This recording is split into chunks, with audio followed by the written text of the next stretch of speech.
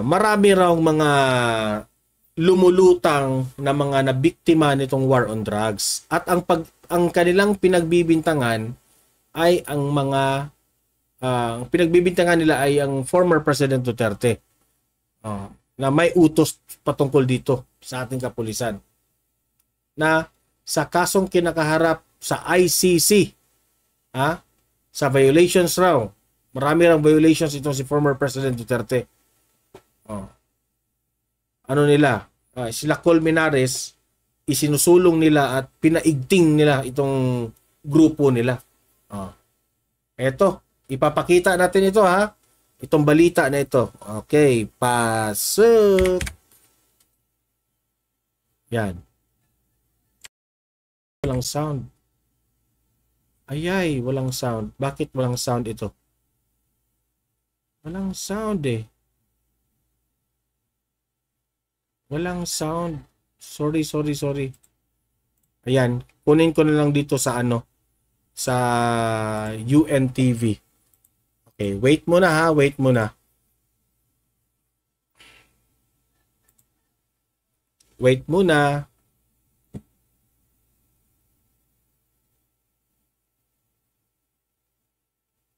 Ito. Dalawang anak.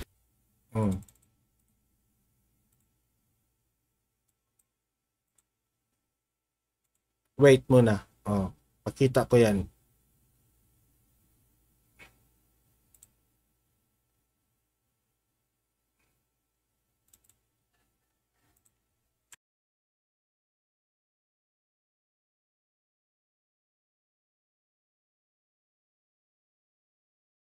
Wait muna.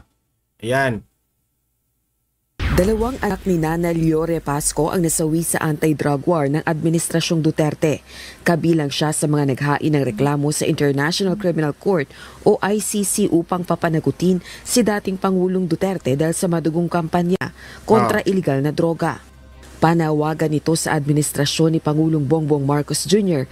makiisa na sa investigasyong ginagawa ng ICC. Naniniwala si Nanay Liore, mahirap kamtin ng hustisya para sa kanyang mga nasawing anak kung sa bansa makakasuhan ang dating Pangulong Duterte. Kasi po, wala po kaming kalaban-laban. Yun po ang hamon din namin sa panahon at sa panunungkulan nito ni Marcos. Hindi. Sa totoo lang, magprangkahan tayo dito. Kung meron kayong ebidensya, laban dito kay Duterte, magsampa na kayo ng kaso. Wala kayong makukuha kung buntot kayo ng buntot dyan kay Colmenares at itong mga Makabayan Black. Kung doon kayo hihingi ng tulong, walang mangyayari. So, ako pa sa inyo, Nay, magsampa ka ng kaso sa DOJ. Wag sa wag niyong idaan sa ICC na yan.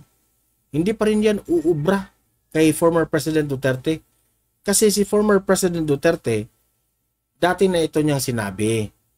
Kung merong mga pamilyang namatayan dito sa war on drugs, you cannot directly go to these people na yun ang pagbibitangan mo. Kahit nga yung sabi ni Duterte na utos, di ba? Sabit na kayo dun eh. Kasi ang hinihingi po ng korte is ebidensya. Aside from evidence, pangalan. Sabi nyo, isangkot natin si Duterte dito. Kasi siya yung may utos dito sa mga kapulisan natin. Ang tanong, anong klaseng utos yun? Wala naman siyang direktang papel na inutos niya yung mga kapulisan. At sino talaga yung sinutay ng mga pulis? Hindi pwede na ang kasalanan ng pulis, ipasa nyo kay Duterte. Hindi yan makakapasa. Inamin ni Duterte, I am responsible for the full legal responsibility. May tinawag na legal kasi lahat nga na inutos ni Duterte, legal yun. Pinaikot-ikot lang niya si Hontiveros at that time eh. Okay? So, mahirap to, nanay. na sabi nga namin papasukin ng ICC at isuko na ito si Duterte. Ganito rin ang posisyon ng National Union People's Lawyers na tumutulong sa mga biktima ng umano'y extrajudicial killings o EJKs. Ayon kay Attorney Ray Cortez, sa maraming kasong isinampa nila laban sa mga tauhan ng pulisyang sangkot sa drug killings, iisang kaso pa lang ang nareresolba sa hukuman. Pahirapan din para sa mga kaanak ng mga biktima na makakuha ng mga dokumento sa police investigations. Sa dami ng hinawakan ng NUPL-NCR na cases, isa lang yung pumasa sa ombudsman, isa lang yung conviction dun sa Caloocan case. So ito yung tinitignan nating parameters or barometer ng accountability, yung effectiveness ng domestic accountability. Naniniwala naman ang Bayan Muna Chairperson at Human Rights Lawyer Attorney Nery Colmenares sa pagharap ni dating Pangulong Duterte sa Senado. Sabi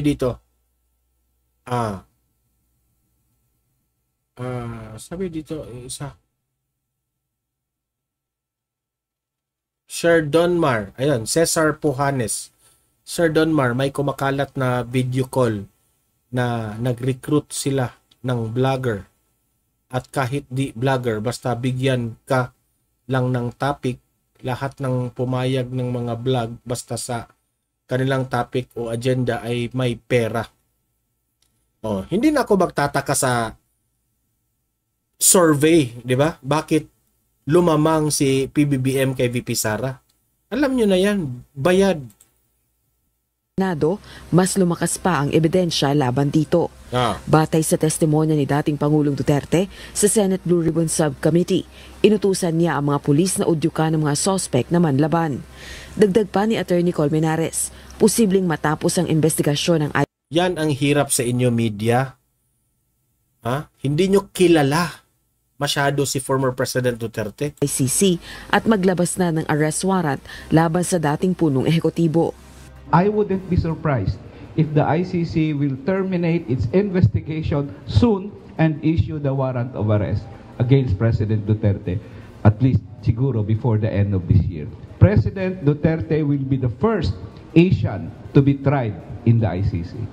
Sa tweet ni dating Senador Sonny Trillanes, na i-transmit na umano sa ICC ang transcript ng pagdinig ng Senado sa anti-drug war. Maging ang transcripts din umano ng mga nakalipas na isa pa tong si Trillanes maging relevant lang, pamidya ka agad. Mag-focus ka doon sa Caloocan, Trillanes. Nangingialam ka dito sa national issue Hindi ka bagay rito. Huwag kang mag-comment, Trillanes. Wala nang maniniwala sa'yo.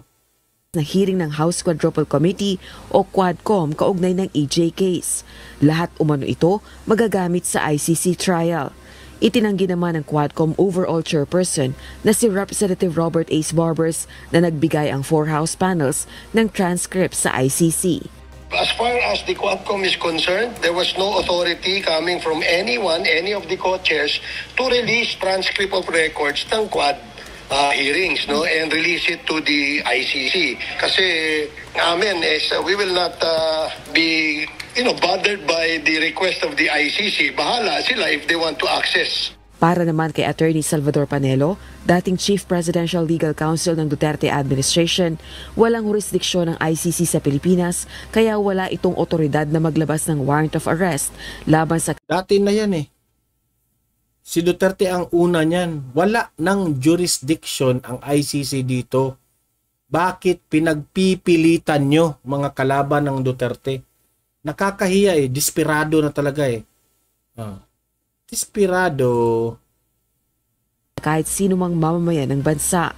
Sakali ring baguhin ni PBBM ang posisyon nito at makipag-cooperate sa ICC, pagsusuko umano ito ng jurisdiksyon ng bansa at maituturing na pagsira sa tiwala ng publiko. Rosa Licoz, UNTV News. So, yan sila. Diyan sila magaling. Sa totoo lang, diyan sila magaling Kasi, hindi sila makahanap ng butas kay former President Duterte. Kung magsasampa sila ng kaso dito sa Pilipinas, hindi naman sila magtatagumpay. Kasi yung DOJ o yung sa korte po, ang pagbabasihan doon, ebidensya. O paano ka mananalo doon kung wala kang sapat na ebidensya? O kaya gusto nila ICC. Itong mga tinulungan ni Colmenares. Gusto nila ICC ang mag-investigate kay Duterte kasi si Colmenares naman gugustuhin rin niya. Di ba? So marami pong sumasakay ngayon sa issue. Maraming sumasakay na to the point gagamitin ang war on drugs ni former President Duterte at gagamitin ang ICC para makulong siya. Sad to say, hindi nyo kaya yan eh. Piskal yan dati. At dahil piskal yan, marunong yan. Bago niya ginagawa ang isang bagay, alam niyang hindi siya mapapahamak. So wala na. Wala na talaga. Para sa akin, sirang-sira na talaga ang mga pangalan po ng mga Marcos. Sirang-sira na talaga. Kasi yung Tuadcom, busy kay Duterte. Yung Senado, busy rin sa mga Duterte. Ano pa? Diba? Si Romualdez, ayan, pabago-bago ang script. Pabago-bago ang script, paano na yan? Okay? So, guys, yun lang po ang topic natin ngayon, no? So, if may comment kayo, libre kayong mag-comment, mag-react sa ating comment section. Pag-usapan natin, patuloy ang pag-usapan natin doon. Okay? So, maraming salamat po. I-like, i-share itong video na ito, ha? At i-subscribe, i-follow itong Don Mar TV.